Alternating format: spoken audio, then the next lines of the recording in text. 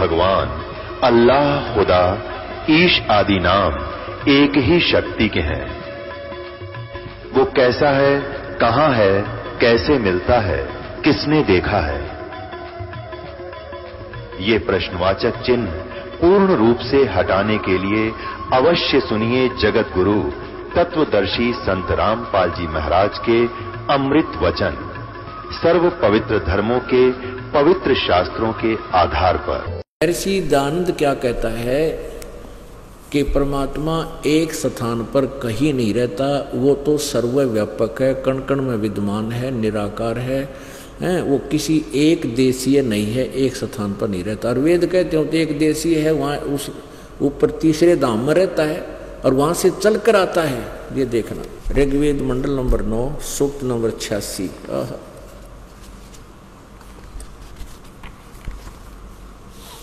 ऋग्वेद मंडल number 9 और सूक्त number 86, इसका 26 number मंत्र में क्या स्पष्ट किया है? यज्ञ करने वाले यजमानों के लिए, यज्ञ माने साधना, अनुष्ठान, अनुष्ठान करने वाले यजमान माने भक्तों के लिए परमात्मा सब रास्तों को सुगम करता हुआ उनके विघ्नों को, संकटों को मर्दन करता है, उनके सब संकटों का नाश करता है और उनको पवित्र करता हुआ और भक्तों को, और अपने रूप को सरल करता हुआ, यानी परमात्मा का पुण्यात्मा सृष्टि रचना में आपको बताएंगे कि सतलोक के अंदर कबीर देव उस सतपुरुष के एक रोमकूप में, ये बाल का छिद्र होता है, इसको रोमकूप बोलते हैं। इसकी रोशनी इतनी है, करोड़ सूर्य मिला दे, करोड़ चंद्रमा मिला दे तो भी एक रोमकूप की शोभा ज्यादा है। अब इतने तेज युक्त है वो परमात्मा का शरीर सतलोक में, तो हमारी चरम दृष्टि नहीं दे सकती। जैसे उल्लू सूर्य को नहीं देख सकता, ऐसे हमारी चरम दृष्टि उस परमात्मा के ओरिजिनल प्रकाश को, शरीर को नहीं देख सकती, ओरिजिनल प्रकाश शरीर। तो परमात्मा क्या करता है कि अपने उस ओरिजिनल तेज को हल्का बना के, हल्का तेज पुंज का बना के यहाँ आता है। अब जैसे बल्ब होता 100 वाट का होया करता है, तो खत्म होता जा रहा है, उसके ऊपर एक पेंट कर दिया करते सफ़ेद सा, दूधिया सा, तो वैसे देखे तो आंखों में चुभता था, फिर उसके बाद वो इतना हानिकारक नहीं रहता। ऐसे ही परमात्मा अपने ओरिजिनल शरीर को सरल करके हल्के तेज पुंज का बनाकर यहाँ आता है, तब हमें एक वो ज्ञान देता है। देखो, अपने रूप को सरल करता हुआ वह कांतिमान परमात्मा, यो इन्होंने लिख दिया सर्वज्ञ। कवि कोई सर्वज्ञ हुआ आज तक नहीं, कवि का अर्थ सर्वज्ञ नहीं हो सकता, या तो कवि ये लिखे कविता बनानिया, लेकिन यहाँ देखो कबीर अतो, ये इसको हम इसको कबीर देव लिख दें यहाँ पर, वो कबीर देव, वो कबीर देव, यानी चाहे ये कवि मान लें, वो कवि साहब, वो कवि भगवान, हम इसको कबीर कहने लगे क्योंकि कबीर देव यो लिखने में कबीर आता है, तो हम इसको कबीर कहने लगे, बड्डी की मात्रा लाने लगे, हम इसको कबीर साहब कहने लगे। वो कबीर है और विद्युत के समान क्रीड़ा करता हुआ, विद्युत के समान यानी बिजली की तरह एक सेकंड में आता है और वर्णीय पुरुषों को प्राप्त होता, वर्णीय माने श्रेष्ठ भक्तों को वो प्राप्त होता है, मिलता है। आगे देखो पुण्यात्माओं, यहाँ देखो अब 27 में क्या लिखा है, प्रेम की वे सैकड़ों धाराएं। ये तो इन्होंने वैसे ये समझ नहीं सके इसका अर्थ क्या बनता, फिर भी हम यहाँ आते हैं। जो परमात्मा तेज पुंज परमात्मा को विषय करती है, जो परमात्मा विद्युत धूलोक के तीसरे पृष्ठ पर विराजमान है। हमने ये देखना वो परमात्मा कितने एक स्थान पर बैठा है और वहां से चलकर आता है, वहां से गति करके आता है। यहां देखिएगा, अब ये क्लियर करेगा, यहां से देखिए वो किस उद्देश्य से आता है। ऋग्वेद मंडल नंबर 9 सूक्त नंबर 82, और मंत्र नंबर 1 में देखें, जो सर्व उत्पादक प्रभु और प्रकाश रूप सद्गुणों की वृष्टि करने वाला और पापों को हरण करने वाला यानी पाप नाशक है, वह राजेव राजा के समान दर्शनीय है। वह और ये निराकार बतावें, ये ठेकेदार इसके आर्य समाज जी दयानंद, और यो कहते राजा के समान दर्शनीय है, देखने योग्य है, और वह पृथ्वी आदि लोक लोकोत्तरों के चारों ओर शब्दमान हो रहा है। वह वर्णीय पुरुषों को यानी श्रेष्ठ भक्तों को, अच्छी आत्माओं को, जो दृढ़ भक्त हैं, उस जो दृढ़ भक्त है उसको पवित्र करता हुआ, वह वर्णीय पुरुष को, जो श्रेष्ठ यानी अच्छी आत्मा को, जो दृढ़ भक्त है उसको पवित्र करता हुआ प्राप्त होता है, उसको मिलता है। कैसे मिलता है, कितनी शीघ्रता से आता है, किस उद्देश्य से, जिस प्रकार विद्युत यानी आकाशीय बिजली स्नेह वाले स्थानों को आधार बनाकर प्राप्त होता है। जैसे बिजली गिरती है, कल भी आपको बताया था कि जैसे बिजली गिरती है तो पहले कहा करते कि बिजली कांसी की थाली या बेले गिलास पर गिरती है। पहले कांसी धातु के हुआ करते थे ये बेले थाली, तो उनमें बिजली गिरा करती है। हमारी माता दादी कहा करती, भाई बाहर रखी है थाली, इसने अंदर रख दो बिजली पड़ जाएगी, तो उसको अंदर रख दिया करते थे, तो उसका कनेक्शन सीधा ना होया करता उससे। इस प्रकार यहाँ बता रहे हैं वेद भी उस परमात्मा के विषय में कि जिस प्रकार बिजली अपने जहाँ वो जा सकती है, जहाँ गिर सकती है, जिसको योग्य समझती है उसी पर जाकर गिरती है, ऐसे ही परमात्मा अपनी उन प्यारी आत्माओं को मिलता है जिनको वो मिल सकता है, मिलने योग्य होते हैं। आगे देखो ये, और वो एक स्थान पे वहाँ से चलकर आता है, ये देखना है। ऋग्वेद मंडल नंबर 9 सूक्त नंबर 82, आपने ये पहला मंत्र पढ़ लिया। अब दूसरे में लिखा वो किस उद्देश्य से आता है, हे परमात्मन उपदेश करने की इच्छा से आप, यानी ज्ञान देने के उद्देश्य से महापुरुषों को प्राप्त होते हो, अच्छी आत्माओं को मिलते हो, और आप अत्यंत गतिशील पदार्थ के समान हमारे आध्यात्मिक यज्ञों को प्राप्त होते हो, यानी बहुत तेज स्पीड से आते हो। पहुँचूंगा क्षण एक में जन अपने के काज, और सर्वज्ञ लिख दिया। यो है कबीर वेधस्य, कबीर है ये, कबीर देव हैं आप, कबीर देव हैं,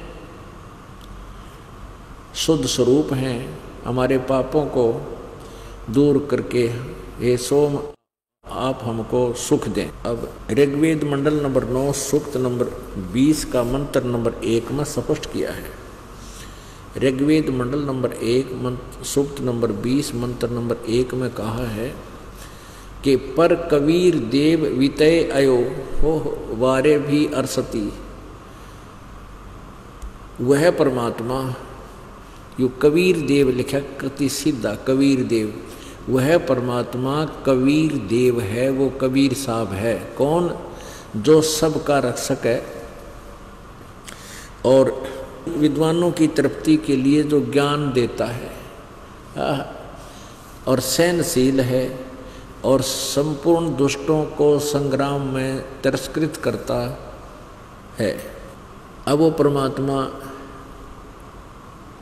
वो कबीर परमेश्वर अपने सतलोक से चलकर, मुक्ति धाम से चलकर पृथ्वी लोक पर प्रकट हुए। सन 1398 संवत 1455 ज्येष्ठ उतरते की पूर्णमासी को दिन सुबह ब्रह्म मुहूर्त में बनारस में, काशी में लहर तारा तालाब के अंदर विकसित कमल के फूल पर वो परमात्मा सतलोक से चलकर आकर शिशु रूप धारण किया।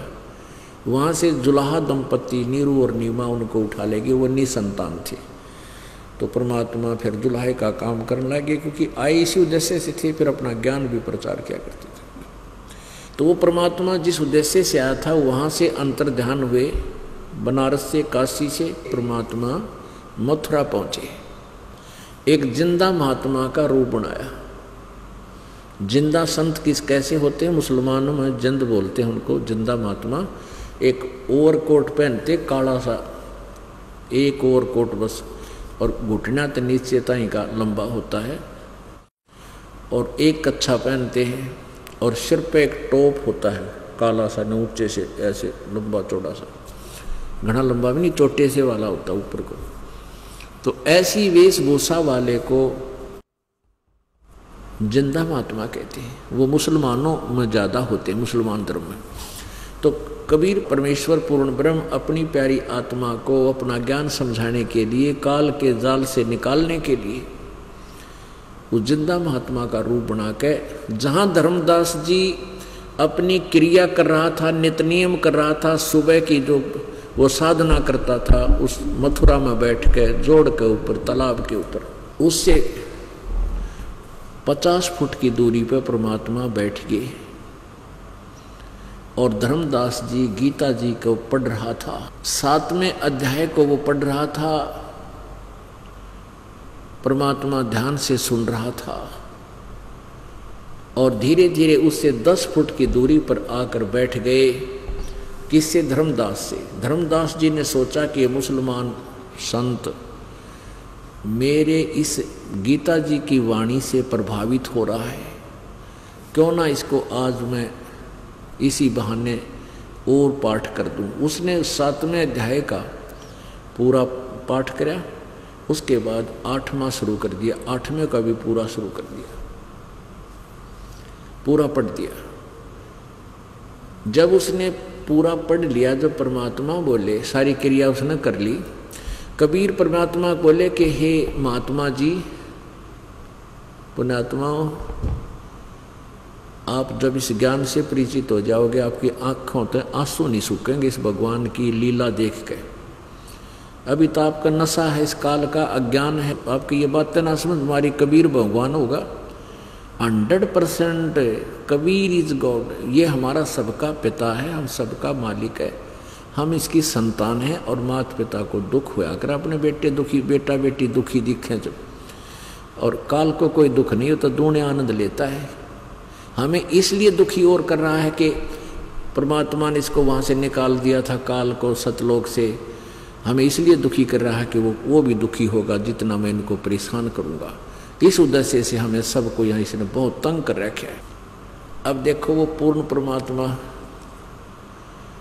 उस 2 कौड़ी के जीव धर्मदास से कहता है, हे महात्मा, मैं बिल्कुल अबोध हूँ, मुझे ज्ञान नहीं है, मैं बहुत भटक लिया हूँ, ना जाने कहाँ कहाँ मैंने संतों महापुरुषों से ज्ञान समझना चाहा है, परंतु मेरी संतुष्टि नहीं हुई। आपके ज्ञान में मुझे बहुत दम लग रहा है, आप मुझे कुछ ज्ञान सुनाओ, मुझे कुछ भेद बताओ अल्लाह के बारे में, गॉड के बारे में, परमात्मा के विषय। अब पुण्यात्माओं, धर्मदास और फूल गया। महाराज जी कह दिया भगवान ने, हे महाराज जी, हे महात्मा जी, मेरा कल्याण करो। तो धर्मदास जी ने जितने भी वो अटकल सटकल से अपनी सारी बताने लग गया, कहने लग गया कि मैं राम कृष्ण का जाप करया करूं, विष्णु जी का पुजारी हूँ, शंकर भगवान की भी आरती करता हूँ, शालिग्राम की पूजा करता हूँ, और 68 तीर्थ का स्नान करके आऊँगा। इस प्रकार मैं मोक्ष प्राप्त करके और स्वर्ग चला जाऊँगा। विष्णु जी सर्वशक्तिमान हैं, सर्वेश्वर हैं, इनके कोई माता पिता नहीं, सभी सृष्टि के रचनहार यही हैं। अब परमात्मा ने कहा कि भक्त आत्मा, आप नाराज ना होना, क्योंकि मैं अपने शंका का समाधान चाहूँगा, और उसके लिए मेरे कोई प्रश्न ऐसा वैसा हो जाए तो आप नाराज ना होना, अक्षुब्ध ना होना। धर्मदास जी बोले, नहीं नहीं, बोलो बोलो, क्या चाहते हो। परमेश्वर ने कहा कि आप बताते हो कि जो पाप करते हैं, जीव हिंसा करते हैं, उनका मोक्ष नहीं होता। धर्मदास जी कहने लगे, ये तो सत्य है, जो पाप करता है, जीव हिंसा करता है, वो तो कभी भी मोक्ष नहीं प्राप्त कर सकता, वो तो पापी प्राणी है। तो परमात्मा ने कहा कि आप कहाँ से चलकर आए हो? कि मैं बांधवगढ़ से आया हूँ। बांधवगढ़ यहाँ मथुरा से कितनी दूरी पर है? कि लगभग 250-300 कोस। एक कोस लगभग 3 किलोमीटर का होता है, यानी 750-800 किलोमीटर। और पैदल चल के आए हो आकांत जी, तो वहां से यहां तक आपने कितने जीव मार दिए पैरों के नीचे। और जिस तालाब से तुम स्नान करके आया है, देख तेरे इस लोटे में पानी जल है, इसमें भी ये जीव घूम रहे हैं बिना गिनती के। और तूने इसमें मल मल कर स्नान किया है, बली आत्मा ना जाने कितने जीव रगड़ रगड़ कर मार डाले, कितना पाप कर दिया, कितनी जीव हिंसा कर दी। और तुम प्रतिदिन जो लीप कर खाना बनाते हो, पहले क्या करते थे? लीपते हैं जैसे आजकल पोचा मार देते हैं। पहले गाय का गोबर और मिट्टी मिलाकर पीली मिट्टी से लीपा करते थे, उसको स्वच्छ बनाते थे और फिर वहाँ खाना बनाते थे। कहते हैं जितने क्षेत्र में तुम ये लीपा पोती करते हो, ये चौका बनाने के लिए, खाना बनाने के लिए, इस क्षेत्र में भी ना जाने कितने जीव तुम मार देता है, तो तेरी मुक्ति कैसे होगी? एक बात बताओ, आप कहते हो मैं गीता जी का पाठ करता हूँ, पाठ के करने मात्र से मोक्ष प्राप्ति नहीं हो सकती। कि जैसे अब परमात्मा ने एक उदाहरण दिया कि धर्मदास महात्मा जी, एक किसान था और उसको वृद्ध अवस्था में पुत्र प्राप्ति हुई। जब वो बच्चा 10-12 वर्ष का हो गया तो किसान को चिंता होगी कि तेरी आयु अब कम है और तेरा बालक अभी जवान हुआ नहीं।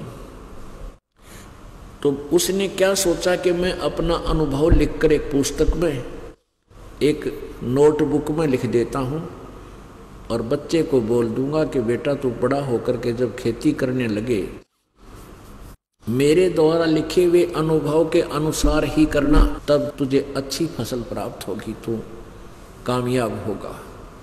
तो उस किसान ने अपने प्रत्येक क्रॉप का, प्रत्येक फसल का सीजन, उसको बीजने में कितना पहले कैसे संवारना चाहिए खेत को, कितना बीज एक बीघा में, 1 एकड़ में कितना बीज डालना है, कौन सी फसल का डालना है, कब फर्स्ट वाटरिंग करनी है, प्रथम सिंचाई कब करनी है, और सारा कुछ लिख दिया। अब वो बालक, वो पिताजी शरीर त्याग गया, वो बड़ा होकर के उस बच्चे को वो कह के चला गया था कि बेटा तू प्रतिदिन मेरे इस अनुभव को पढ़ना, प्रतिदिन इसको पढ़ लेना ताकि तुझे भूल ना लगे, और फिर तू इसमें लिखे अनुसार अपनी खेती करना। तो वो किसान का बेटा पढ़ तो रहा पिताजी के अनुभव को प्रतिदिन और कर रहा उसके विपरीत। क्या वो सफल होगा? धर्मदास जी कहने लगा नहीं, उसने तो वैसे ही करना होगा जैसे पिताजी ने अपना अनुभव लिखा। तो भले आदमी, गीता जी में अभी आपने 7वां अध्याय पढ़ा, इसमें क्या लिखा है? भक्त त्रिगुणमयी माया, रजगुण ब्रह्मा, सतगुण विष्णु, तमगुण शिव जी के द्वारा, इन्हीं की भक्ति पर जो आश्रित हैं, उनके द्वारा जिनका उनकी बुद्धि हर ली गई है, इनसे ऊपर किसी को नहीं मानते, वो तो राक्षस स्वभाव को धारण किए हुए मनुष्यों में नीच दूषित कर्म करने वाले मूर्ख लिखा है। आप इस विष्णु जी की पूजा कर रहे हो, सतोगुण भगवान की। अब धर्मदास जी को परमात्मा ने थोड़ी डिटेल बताई। पुण्यात्मा, आज आप आजमीन जो पहली बार आए हैं वो ऐसे हैं जैसे धर्मदास जी थे, और धर्मदास जी को परमात्मा पूर्ण ब्रह्म कबीर साहब ने पूरी डिटेल रह रहकर समझाई। जब उसकी मोटी बुद्धि में वह बात समाई, उसके बाद फिर धर्मदास ने कैसे गुण गाए उस परम पिता की, चरणों में पड़ पड़ कर रोया, हे परमात्मा हमारे जैसे दुष्ट आत्माओं को आपने कैसे संभाल लिया, हम तो कति भ्रमित थे, हमने तो कह का भी पता नहीं था परमात्मा, हम तो प्रभु पा करे थे। अब इसी प्रकार आप जी को ये दास रह कर ये रेग मारेगा, यू ज्ञान सुनाओगा, तब आपके हृदय में समा होगा कि हम जो कर रहे हैं, जो सुन रहे हैं, ये 100% सत्य है। और तभी आप इस मार्ग पर दृढ़ हो पाओगे। पुण्यात्माओं, ये अवसर दिया परमात्मा ने, ये बार बार टाइम नहीं मिलेगा। ना तो सदा मनुष्य जन्म होया करते, और मनुष्य जन्म हो गया तो ये तत्व ज्ञान नहीं मिलेगा पुण्यात्माओं। और जो तत्व ज्ञान और ये दास पूरे मंत्र युक्त परमात्मा ने आपके पास भेज रखा है, ये सारा जो जुगाड़ कदे कदे जुड़ा कर, यानी सब अवसर, सारा कुछ व्यवस्था बहुत पुण्य कर्मों के कारण आपको प्राप्त होता है, आज आपको उपलब्ध है। आप जी को 7वें अध्याय में प्रवेश करने से पहले ये दिखाना होगा कि रजगुण ब्रह्मा है, सतगुण विष्णु, तमगुण शिव जी।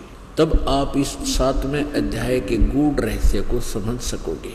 ये देखिएगा, श्रीमद् देवी भागवत सभाष्टीकम, यानी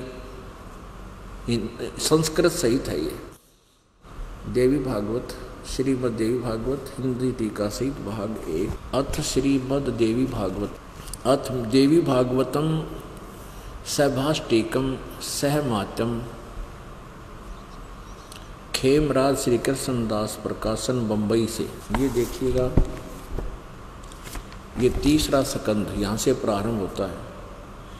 अथ श्रीमद् देवी भागवते भाषा टीका युक्ते तृतीय स्कंध है प्रारंभते।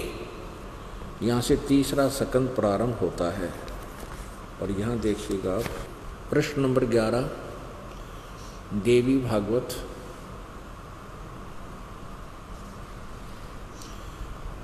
तृतीय स्कंध अध्याय नंबर 5 का, और श्लोक नंबर आप देखिएगा यहाँ पर। ये 7वां श्लोक हिंदी पढ़ेंगे हम पहले। 7वां श्लोक अंत हुआ, 8वां यहाँ से प्रारंभ होता है।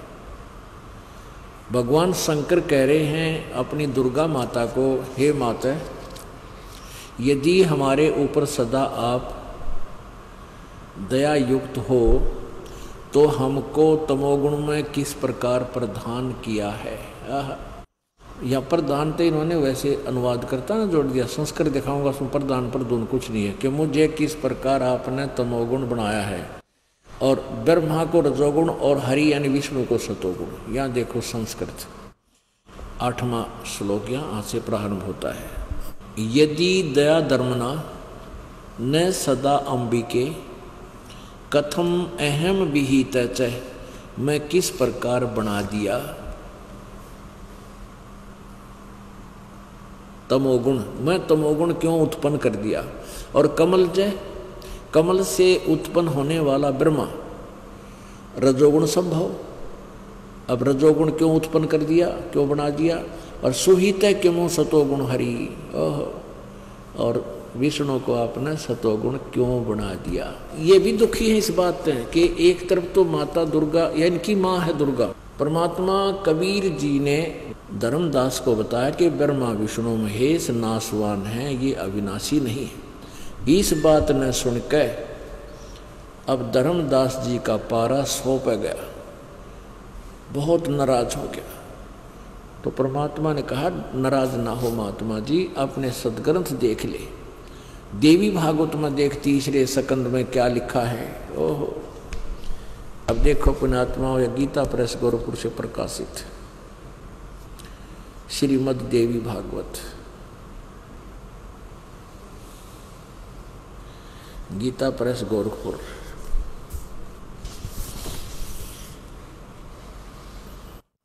संपादक हनुमान प्रसाद पोदार, चमनलाल गोस्वामी।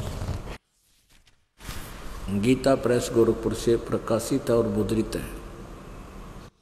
गीता प्रेस गोरखपुर, गोविंद भवन कार्यालय कोलकाता का संस्थान। अब तीसरा स्कंद,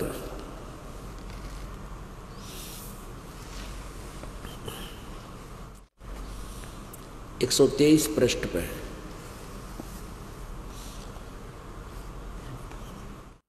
भगवान विष्णु माता दुर्गा को के विषय में कह रहे हैं, तुम शुद्ध स्वरूपा हो, यह संसार तुम्हीं से उद्भासित हो रहा है। मैं ब्रह्मा और शंकर हम सभी तुम्हारी कृपा से विद्यमान हैं। हमारा जन्म और मृत्यु, आविर्भाव माने जन्म, तिरोभाव माने मृत्यु हुआ करता है। केवल तुम ही नित्य हो, जगत जननी और प्रकृति और सनातनी देवी हो। भगवान शंकर बोले, देवी यदि महाभाग विष्णु तुम्ही से प्रकट हुए हैं, तुम्ही से जन्मे हैं, तो उनके बाद उत्पन्न होने वाले ब्रह्मा भी तुम्हारे बालक हुए। फिर मैं तमोगुणी लीला करने वाला शंकर क्या तुम्हारी संतान नहीं हुआ? अर्थात मुझे भी उत्पन्न करने वाली तुम ही हो। शिवे संपूर्ण संसार की सृष्टि करने में तुम बड़ी चतुर हो। और देखिए नीचे, इस संसार की सृष्टि, स्थिति और संहार में तुम्हारे गुण सदा समर्थ हैं। उन्हीं तीनों गुणों से उत्पन्न हम ब्रह्मा विष्णु एवं शंकर, अर्थात रजगुण ब्रह्मा, सतगुण विष्णु, तमगुण शिव जी नियम अनुसार कार्य में तत्पर रहते हैं। अब धर्मदास जी देख रहे हैं, ऐसा समझ रहे हैं जैसे कोई स्वप्न तो नहीं देख रहा हूं, मैं रोज पढ़ा करता इन सदग्रंथों को। एक झलक शिवपुराण की भी देखो, क्योंकि अभी तक हमारे को उल्टे रंग में, गलत ज्ञान में घना आरूढ़ कर रखा था। अब उस रंग को हटाने के लिए, एक कंसेप्ट को क्लियर करने के लिए कितने प्रमाण आपको दिखाने पड़ेंगे, तब यो मन मानने तो मानने, ना भी माने, क्योंकि काल के दबाव बहुत ज़्यादा है। लेकिन मना के छोड़ेंगे हम, ऐसी बात थोड़ी है। ये देखो शिवपुराण, संक्षिप्त शिवपुराण, गीता प्रेस गोरखपुर से प्रकाशित। अगर ये अनुवाद किसी और का किया हुआ होता तो कोई ना माने हिंदू। अब गीता प्रेस गोरखपुर को तो कति राज्यों का मानना है कि इसमें जो लिखा सही है। संपादक हनुमान प्रसाद पोदार, और ये गीता प्रेस गोरखपुर से प्रकाशित और मुद्रित है। अब देखना इसके 110 पृष्ठ पे रुद्र संहिता, और 110 पृष्ठ पे, 110 पृष्ठ पे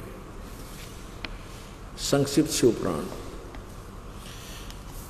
इस प्रकार ब्रह्मा, विष्णु और रुद्र इन तीनों देवताओं में गुण हैं, किंतु शिव गुणातीत माने गए हैं। ब्रह्मा, विष्णु और ये शंकर, शिव, इन रुद्र को, शंकर को, इन तीनों देवताओं में गुण है, रजगुण ब्रह्मा, सतगुण विष्णु, तमगुण शिव जी। परंतु शिव ये काल इनते न्यारा है। यहाँ देखो, इसका भी एक और बताना पड़ेगा आपको, पृष्ठ 25-26 पे और देखना पड़ेगा। ये देखते रहे, ये है भगवान ब्रह्मा और विष्णु जी का आपस में झगड़ा हो गया। ब्रह्मा बोला मैं तेरा बाप, विष्णु जी का मैं तेरे बाप, लट्ठम लट्ठा, मुक्कम मुक्का हथियार काट लिए। तब इस काल ने इनके, इस ब्रह्म ने इनके बीच में सतम रख दिया। उसके बाद ये स्वयं आ गया। फिर इनसे क्या वार्ता करता है? ब्रह्मा और विष्णु ने पूछा, प्रभु सृष्टि आदि 5 कर्तों के लक्षण क्या है, आप हम दोनों को बताइए। भगवान शिव बोले, मेरे कर्तव्यों को समझना अत्यंत गहन है। अब ज़्यादा ना समझ कर हम यहाँ आते हैं। एक ये 26 पृष्ठ पे काल बोला, पुत्रो, ए बेटो, तुम दोनों ने तपस्या करके प्रसन्न हुए मुझ परमेश्वर से सृष्टि और स्थिति नामक 2 कृत प्राप्त किए हैं। ये दोनों तुम्हें बहुत प्रिय हैं। इसी प्रकार मेरी विभूति स्वरूप रुद्र और महेश्वर में 2 अन्य उत्तम कृत संहार और तिरोभाव मुझसे प्राप्त किए हैं। अब ये 4 हो गए, दोनों ब्रह्मा विष्णु और रुद्र और महेश्वर। इनते न्यारा है वो काल, जो गीता बोल रहा है वो इनसे न्यारा है। ये कहता है ना कि तीनों देवताओं में गुण है, लेकिन वो तो इनते न्यारा माना गया ब्रह्मा विष्णु में से। तो अब हम उसी को पढ़ेंगे। अब देखिएगा गीता जी 7वें अध्याय के ये 4 श्लोक, श्रीमद् भगवत गीता। इसके अनुवादक हैं जय दयाल गोविंद का। अब 7वें अध्याय का हम 12 से शुरू करेंगे। वैसे तो 1 से भी बहुत अच्छा है, लेकिन हम अपना शॉर्ट बोलेंगे जो जहाँ से हमने इसको समझना है। ये देखना, अध्याय नंबर 7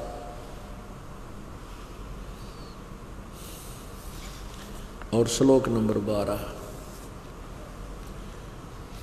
अब क्या कहता है गीता ज्ञान दाता, ये ब्रह्मा विष्णु महेश से जो अलग है, चौथा है, वो क्या कहता है कि रजगुण ब्रह्मा जी से संतानोत्पत्ति सृष्टि और विष्णु जी से सती थी, सतगुण विष्णु से सती थी, और तमगुण शिव जी से जो संहार हो रहा है इसका मुख्य कारण मैं हूँ, लेकिन मैं इनमें नहीं, मैं इनसे अलग रहता हूँ। देखिएगा अध्याय नंबर 7 का अब श्लोक नंबर 12 देखिए यहाँ पर। और भी जो सतगुण से उत्पन्न होने वाले भाव हैं यानी सती थी, और जो रजगुण ब्रह्मा से उत्पन्न होने वाले तथा तमगुण शिव जी से संहार होने वाले जो भाव हैं, उन सब को मुझसे ही होने वाले हैं ऐसा जान, परंतु वास्तव में उनमें मैं और वे मुझ में नहीं है। अपने आत्मा ये क्या कहता है कि ब्रह्मा जी के रजोगुण के प्रभाव से होकर के सब प्राणी संतानों उत्पत्ति करते हैं, और विष्णु जी के सतोगुण के प्रभाव से एक दूसरे मोह ममता रहती है, और तमगुण शिव जी संहार कर ही देता है। कहता है ये मुख्य कारण इनका मैं ही हूँ, मेरे से ही हो रहा है, क्योंकि काल को 1 लाख मानव शरीरधारी प्राणी खाने का श्राप लगा है, और ये अपने तीनों पुत्रों से ये सारी व्यवस्था अपने आहार के लिए करवाए हुए। आगे देखना 7वें अध्याय का देखना, 7वें अध्याय का 13वां 12वां हमने पढ़ लिया। गुणों के कार्य रूप सात्विक, राजस और तामस गुणमयी, इन तीनों प्रकार के भाव से सारा संसार प्राणी समुदाय मोहित हो रहा है। इन तीनों गुणों से परे ब्रह्मा विष्णु महेश से न्यारा जो मैं हूँ, मुझ अविनाशी को नहीं जानते, नहीं जानता। आगे देखना, तोड़ पाट दिया 14 और 15 में कमाल कर दिया। 7वें अध्याय का 14वां श्लोक है। कहते हैं क्योंकि यह अलौकिक अर्थात अति अद्भुत त्रिगुणमयी मेरी माया, रजगुण ब्रह्मा सतगुण विष्णु तमगुण शिव जी द्वारा फैलाया गया जाल बड़ी दुस्तर है, खतरनाक है। और जो पुरुष मुझको निरंतर भजते हैं, यानी ब्रह्मा विष्णु महेश को ना भजकर जो ब्रह्म काल की पूजा करते हैं ओम नाम आदि से, तो इस माया को उल्लंघन कर जाते हैं, अर्थात ये तरनती यानी वो तर जाते हैं, इनसे ऊपर उठ जाते हैं, वो ब्रह्म लोक में चले जाते हैं, ब्रह्म की साधना करने वाले। इसका भाव ये है। और यहाँ दुखी होता काल क्या कहता है कि वो मुझे भी ना भजते, मुझे निरंतर भजते हैं, वो इन तो ऊपर उठ जाते हैं। 15वें में क्या कहा है कि इस माया के द्वारा ब्रह्मा विष्णु महेश के द्वारा ही जिनका ज्ञान हरा जा चुका है, इनसे आगे किसी की पूजा करने को, ज्ञान सुनने को नहीं मानते। वो असुर स्वभाव को धारण किए हुए मनुष्यों में नीचे और दुष्ट कर्म, दूषित कर्म, निकम्मे कर्म करने वाले मूढ़ यानी मूर्ख मुझको नहीं भजते। अब धर्मदास जी का तो कलेजा पाट गया इस सारे प्रमाण में सुन के। ब्रह्मा विष्णु महेश की पूजा करने वालों को, रजगुण ब्रह्मा सतगुण विष्णु तमगुण शिव जी की पूजा करने वालों को राक्षस स्वभाव को धारण किया, मनुष्यों में नीच दुष्ट कर्म करने वाले मूर्ख, यानी 4 बार लताड़ा है एक ही मंत्र में। परमात्मा ने बताया कि धर्मदास तू दुख ना मानना, धैर्य पूर्वक मेरे इस ज्ञान को सुन ले बेटा, मैं तेरे लिए आया हूं।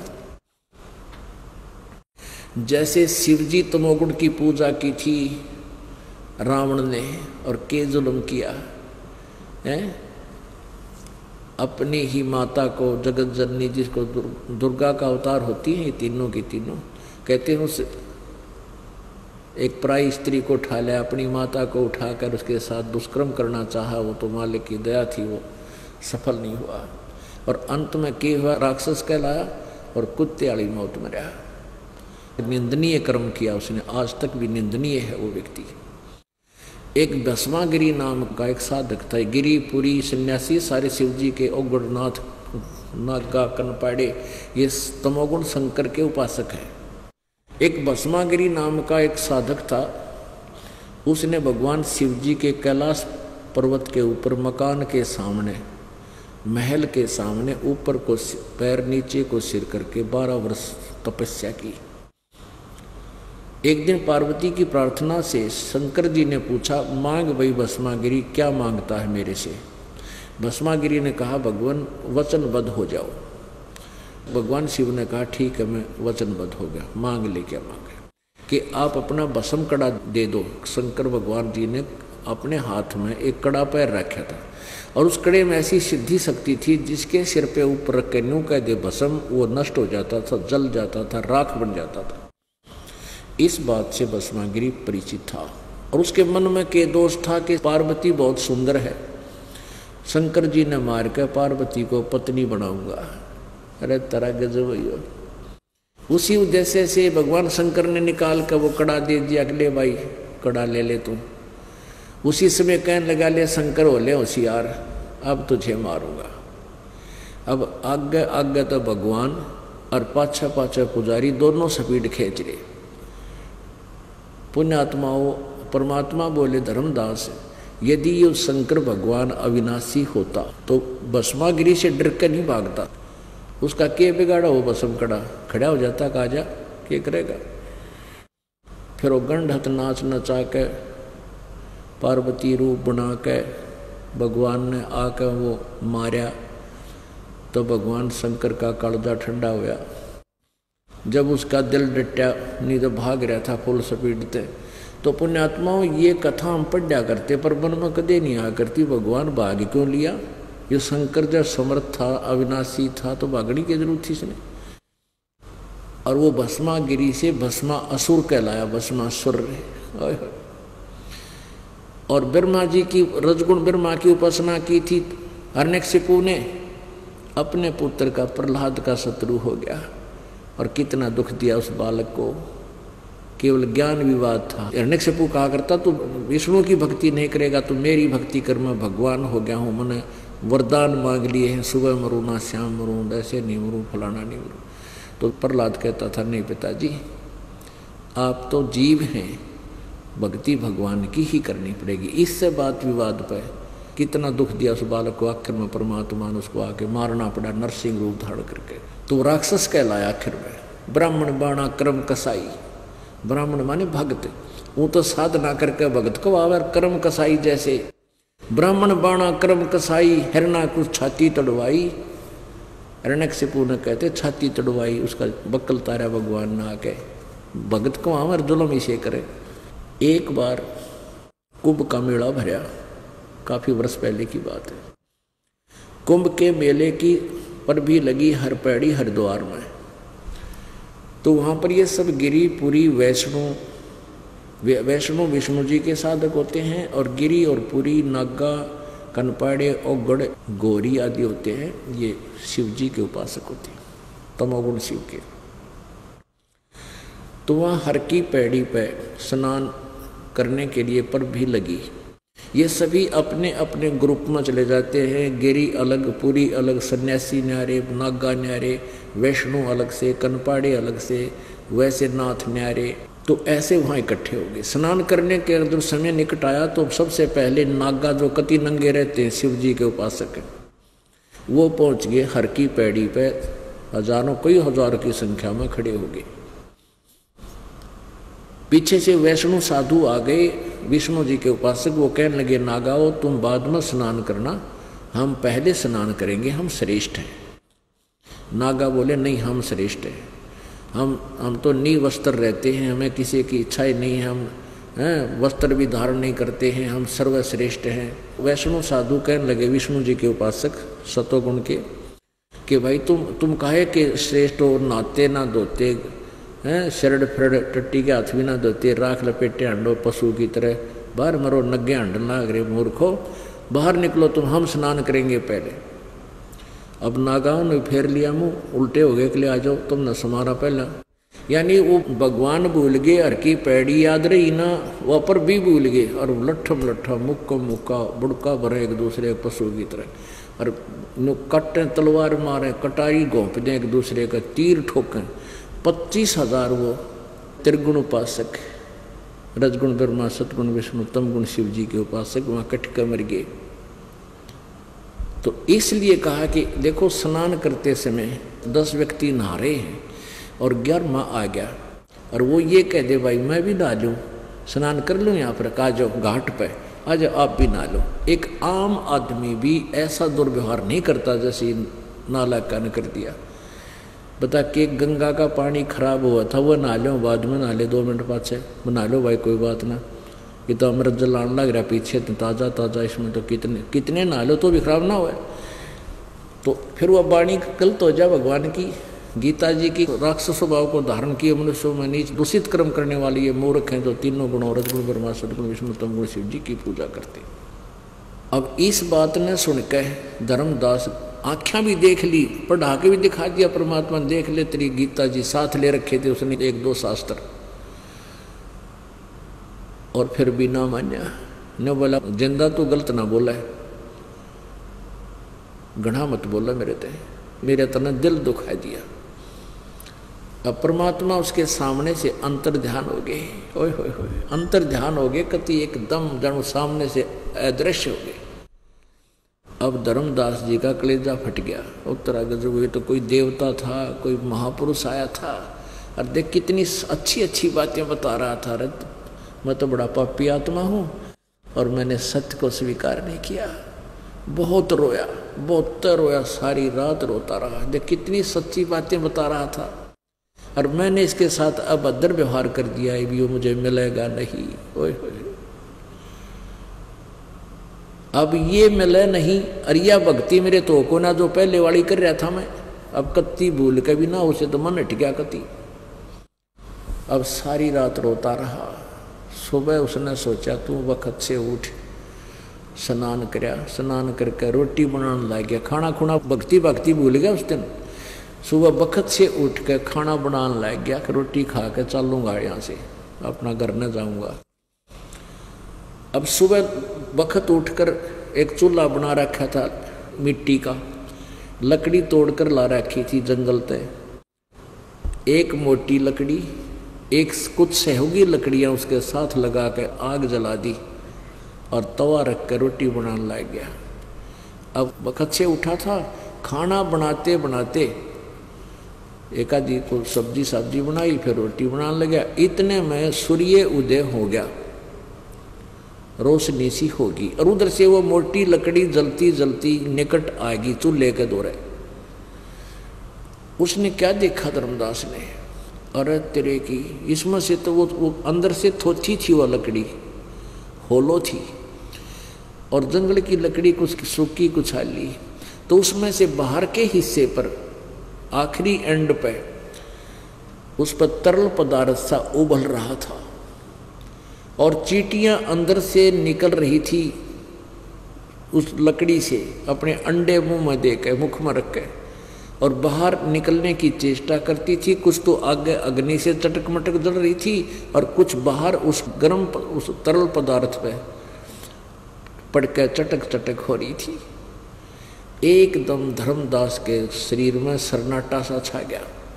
अकरे तेरे क्या तो जुल्म हो गया, यह तो इतनी लंबी लकड़ी थी, ये भगवान, अरे ये थोड़ी सी बच गई, इतनी इसमें तो ना जाने कितनी कीड़ी मर गई, अंडों समेत मर गई, आज तो जुल्म हो गया, मुझे तो घोर पाप लग गया। फटाफट उस पर पानी डाला और सोचा कि आज इस भोजन को मैं नहीं खाऊंगा, यह पाप का भोजन है, किसी साधु संत को खिलाऊंगा। अब उसने वह सारी बात, सारा भोजन इकट्ठा किया, थाली में रखा, ऊपर कपड़ा डाला और संत की तलाश में चल पड़ा।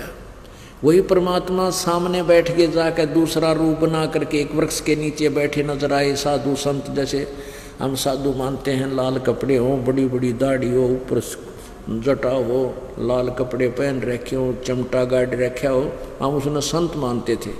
इसी वेशभूषा में परमात्मा सामने विराजमान हो गए। अब धर्मदास जी की दृष्टि पड़ी तो देखा कि संत बैठे हैं, चलो खाना खिला देता हूँ। जाके कहा महात्मा जी भोजन पालो। परमात्मा ने कहा हाँ धर्मदास जी, ला भाई भूख लग रही है, रखते।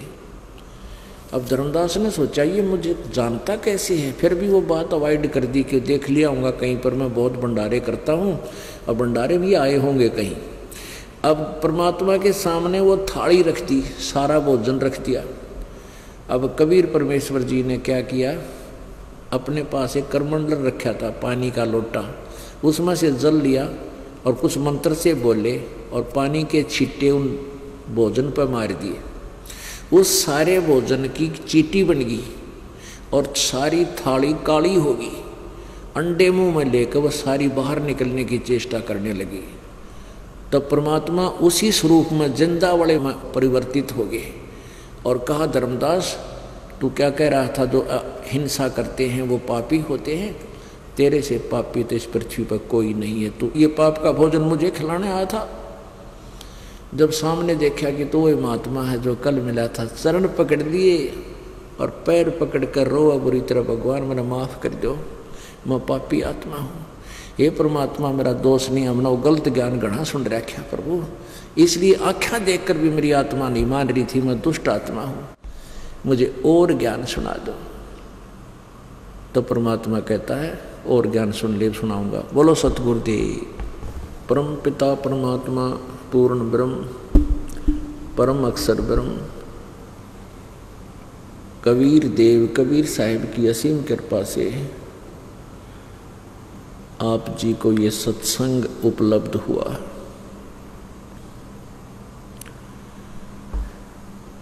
पुण्यात्माओं, आप परमात्मा की विशेष प्रिय आत्मा है। आपके ऊपर एक विशेष रजा है परमात्मा की कि आपको इस कलयुग में जन्म मनुष्य का मिला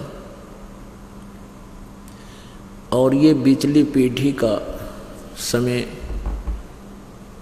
अब ये भक्ति काल है, भक्ति का समय है और इस समय की इंतजार परमात्मा ने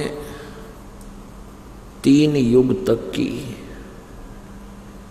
कलयुग का ये समय आवेगा, मानव समाज शिक्षित होगा और शिक्षित होगा तो मेरे को पहचान पावेगा, क्योंकि जिन सदग्रंथों को हम सभी यानी जो भी जिस धर्म से संबंधित है वो अपने धार्मिक सदग्रंथों को सत्य मानता है, परमात्मा ने विशेष रजा की है पवित्र हिंदू समाज के ऊपर, इन पुण्यात्माओं पर, कि ये अपने वेदों गीता और पुराणों को सत्य मानते हैं। परमेश्वर ने 600 वर्ष पहले वही ज्ञान जो गीता वेदों और पुराणों में था लिखा था, वही अपनी सिंपल भाषा में, साधारण भाषा में, सिंपल लैंग्वेज में कबीर वाणी के द्वारा, लोकोक्तियों के माध्यम से, शब्दों दोहावलियों के माध्यम से 600 वर्ष पहले अपनी प्यारी आत्मा धर्मदास जी से लिपिबद्ध करवा दिया था। अभी तक उस अमृत वचनों को, अमृत वाणी को इन नकली ऋषियों, महर्षियों और इन कलियुगी ब्राह्मणों ने ये कहकर हमसे दूर रखा कि कबीर तो अशिक्षित था, वो अक्षर ज्ञान नहीं था, संस्कृत भाषा नहीं जानता था, इसलिए ब्रह्मा विष्णु महेश आदि की वो निंदा करता है और वो वेदों और गीता और पुराणों के बारे में कुछ नहीं जानता, उसकी बातों में मत आना। तो अभी तक ये दाव इन नकलियों का लगा रहा। हम यही सोचते रहे कि कबीर तो अशिक्षित था, कबीर जी को संस्कृत आती नहीं थी, इसलिए वो वेदों और गीता और पुराणों को तो नहीं समझ सका होगा। इसलिए हमने उस परमात्मा को केवल एक सिंपल कवि मानकर, एक साधारण सा कवि मानकर उनके चैप्टर को क्लोज कर दिया था और रद्दी की टोकरी में डाल दिया था। और हमने नकलियों की, संतों, ऋषियों, गुरुओं की, इन अज्ञानियों की थ्योरी को, अज्ञानियों के इस ज्ञान को हमने सच्चा मानकर उनके अनुभव की पुस्तकों को पढ़ना शुरू कर दिया था। और उसके बाद हम कहाँ आ टिके थे? जय गणेश देवा, माता थारी पार्वती, पिता महादेवा, इन हनुमान चालीसा पाकर टिक गए थे। हम उस यथार्थ ज्ञान से हटकर दंत कथाओं से बनाकर किसी भी देव की स्तुति, उसी को हम आप पर गान लाएंगे, जिस कारण से हम परमात्मा के लाभ से घने दूर हो गए। परमात्मा से मिलने वाले लाभ से हम कोसों दूर हो गए, क्योंकि परमात्मा से लाभ प्राप्त करने की विधि हमारे पास रही नहीं, जिस कारण से हम नास्तिक होते चले गए, विकारी हो गए। कोई गुट्टी लाने लग गया, कोई बीड़ी तम्बाकू पीने लग गया, कोई चोरी करके सेठ बनना चाहता था, 2 नंबर के काम करने लग गए, कोई किसी प्रकार से अपने कर्म बिगाड़ने लग गया। प्रत्येक व्यक्ति चाहता है, जानता है कि परमात्मा कोई प्रबल शक्ति है और वो जो सुख देगा वो कोई नहीं दे सकता। इसलिए परमात्मा से लाभ लेने के लिए हम संतों, गुरुओं, ब्राह्मणों, ऋषियों, मंडलेश्वरों के पास गए और उन कर्महीनों को ज्ञान था ही नहीं, उन्होंने हमें सारी उल्टी पढ़ाई पढ़ा दी। कल आप प्रसंग सुन रहे थे, धर्मदास जी को परमात्मा समझा रहे थे कि ये तीनों गुण, रजगुण ब्रह्मा, सदगुण विष्णु, तमगुण शिव जी, इनकी पूजा करना व्यर्थ है। गीता जी अध्याय नंबर 7 के श्लोक नंबर 12 से लेकर 15 तक आपको प्रत्यक्ष दिखाया और समझाया। पुण्यात्माओं, यहाँ एक शंका उत्पन्न हो जाती है कि भी क्या ब्रह्मा विष्णु महेश यूजलेस हैं? कई भक्त प्रश्न करते हैं कि मैं तो विष्णु जी का बहुत ज़्यादा पुजारी हूँ, शंकर जी का मैं पुजारी हूँ, मेरा उनके अंदर एक विशेष घनिष्ठ संबंध है, लगाव हो चुका है, मैं उनको छोड़ नहीं सकता। और आपके गुरुजी विष्णु जी को छोड़ने के लिए कहते हैं, यानी देवताओं की पूजा नहीं करनी। पुण्यात्माओं, जब तक आप इस दास के पूरे ज्ञान को नहीं समझोगे, एक आंशिक वचन कहीं से सुन भी लिया, थोड़ा बहुत कोई कथा चल रही है, उससे में प्रमाण ना दे पाते हैं, तो उसी से आप ये समझ लेते हो कि रामपाल तो ब्रह्मा विष्णु महेश, विष्णु और शंकर आदि भगवानों से दूर करना चाहता है। नहीं, परमात्मा की वाणी है, तीनों देवा दिल में बसे, ब्रह्मा विष्णु महेश, प्रथम इनकी वंदना फिर सुन सतगुरु उपदेश। हम पहला मंत्र जो आपको देते हैं, इन्हीं की मजदूरी का देते हैं, इनकी पूजा नहीं है वो। या फिर भ्रमित हो जाते हैं कि अभी एक तरफ तो गुरुजी कहते हैं ये पूजा के योग नहीं है, इनकी पूजा नहीं करनी चाहिए, पूजा केवल एक परमात्मा की करनी चाहिए, पूर्ण ब्रह्म की। इधर से प्रारंभ में मंत्र इनकी भी जाप दिए जाते हैं। पुण्यात्माओं, एक तो होती है पूजा, एक होता है सत्कार। पूजा और सत्कार में बहुत अंतर होता है, क्योंकि ब्रह्मा विष्णु महेश हमारे इस हमारे एक परिवार समझो, इसके अभिन्न अंग हैं और इन अंगों से हम दूर नहीं हो सकते और न ही इनको दूर किया जा सकता। अब जैसे पूजा और सत्कार में कितना अंतर होता है। कोई भी बड़ा बुजुर्ग आदरणीय पुरुष है, आदर और पूजा में बहुत अंतर है। जैसे एक पतिव्रता लड़की होती है, वो सत्कार तो सभी का करती है, आदर सभी का करती है। जैसे जेठ है तो जेठ के नाते से उनको आदर सत्कार करती है, जेठानी को भी सत्कार करती है, आदर करती है। सास और ससुर का भी वो पूरा सत्कार करती है, आदर करती है, उनसे बहुत अच्छा स्नेह दिखाती है। और देवर और देवरानी से भी, ननंद से, यानी सभी से वो बहुत ही अच्छा व्यवहार करती है। पतिव्रता का अर्थ केवल इतना ही नहीं होता कि वो अपने पति से ही संबंधित है, वो तो एक नेक बेटी बहन का प्रथम कर्तव्य होता है। फिर उसके बाद परिवार के अंदर कलह मचा देना भी पतिव्रता पद से गिरना ही होता है। जैसे मान ले किसी और दूसरे को आदर सत्कार नहीं देवे तो घर में झगड़ा ही बढ़ता है, मनमुटाव चलते हो जाते हैं। तो सत्कार तो वो सभी का, आदर सभी का करती है यथोचित, लेकिन पूजा अपने पति की ही करती है।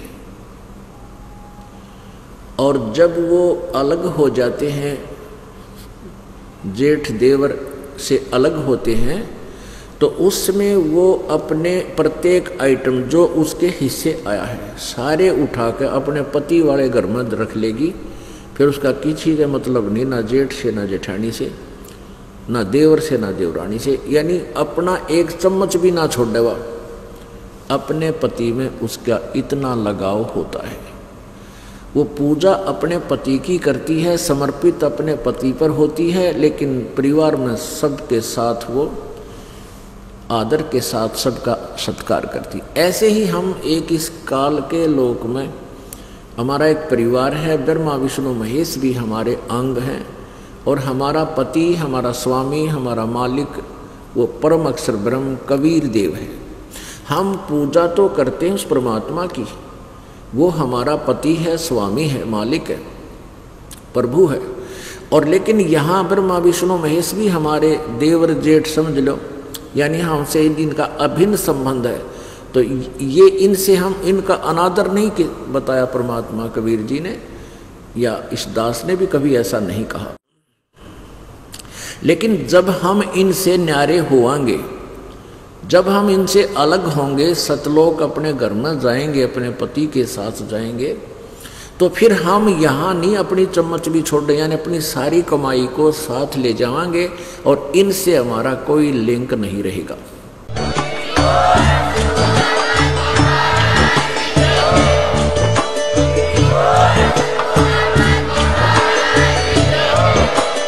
आप सुन रहे थे जगत गुरु तत्वदर्शी संत रामपाल जी महाराज जी के मंगल प्रवचन। अधिक जानकारी के लिए विजिट कीजिए हमारी वेबसाइट www.jagatgururampalji.org। संत रामपाल जी महाराज जी के शुभ आशीर्वाद से पूरे विश्व भर में 500 से भी ज्यादा नाम दीक्षा केंद्र हैं, जिन पर संत रामपाल जी महाराज जी द्वारा ऑनलाइन निशुल्क नाम दीक्षा दी जा रही है। अपने नजदीकी नाम दीक्षा केंद्र का पता करने के लिए संपर्क करें 8222880541।